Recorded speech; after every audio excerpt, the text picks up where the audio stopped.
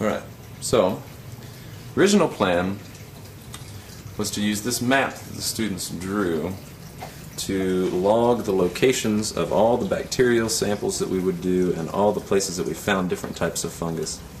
And a few students that were with me after school one day found quite a few different kinds of mushrooms and funguses while we were out collecting bugs. But unfortunately those didn't make it into the classroom. But for those that were there, they had quite an experience and got to see lots of different kinds. But they're not on here.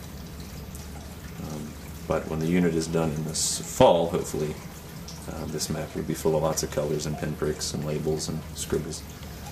You can see already some of the students, when they were drawing this, put different labels of the different things that are there. This is a beautiful, beautiful, beautiful location, and perfect for studying ecology because there's lots of different types of micro ecosystems. There's grassland, just a big open field with all the different species that thrive there, and then there's a strip of trees that covers a stream that runs through the middle, and then more trees bordering the south side here. And here we have, oh, let's see here, there we go. This big dirt mound is a place where the ecosystem was disturbed when fill dirt from the construction of the football field was pushed down into the trees, creating an artificial hill and really interrupting things.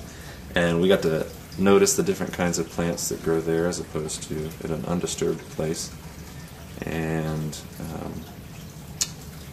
we got to test the soil when we were did our unit on soil. We got to dig through the little pans of the soil with forks and whatnot, and notice how much more life there was in the forest soil, and how much different the soil was there than it was here, where it was more just clay and it didn't absorb water very quickly. Lots of different little things we noticed. And oh yeah, here we have some swampland down here near the creek that has just it's muskrat habitat. Lots of holes and trails and footprints and really neat things. We tried to cast some footprints, but it was too wet that day. It was the day we went out to do this. But there's, I'm sure, much more to be discovered.